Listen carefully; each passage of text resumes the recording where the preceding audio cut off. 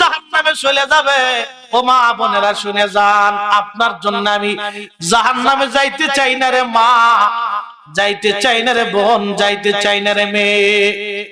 কিয়ামতের ময়দানে আল্লাহ রাব্বুল আলামিন বান্দিকে যখন বলবে বান্দি জাহান্নামে চলে যাও, মহিলা বলবে আল্লাহ মামলা আছে। কার বিরুদ্ধে মামলা রে? বলে আমার বাবার বিরুদ্ধে। ডাকো রহিমার বাবা আব্দুল করিম। লাব্বাইক ইয়া রাব্বাল আলামিন। আল্লাহ কি জন্য আপনি ডাকছেন? ডাক দিয়ে বলবে বান্দারে তোমার মেয়ে তোমার বিরুদ্ধে মামলা করছে। বাবা চোখের পানি ছেড়ে দিয়ে বলবে মেয়েরে, তোর জন্য জীবনের কত রাত আমি পোহাইছি, কত সূর্যের আলো আমি গ্রহণ করেছি, কতদিন আমার জীবন কষ্টে কষ্টে পার হয়েছে রে মা। আল্লাহর আদালত আজকে তুই আমার বিরুদ্ধে মামলা করলি।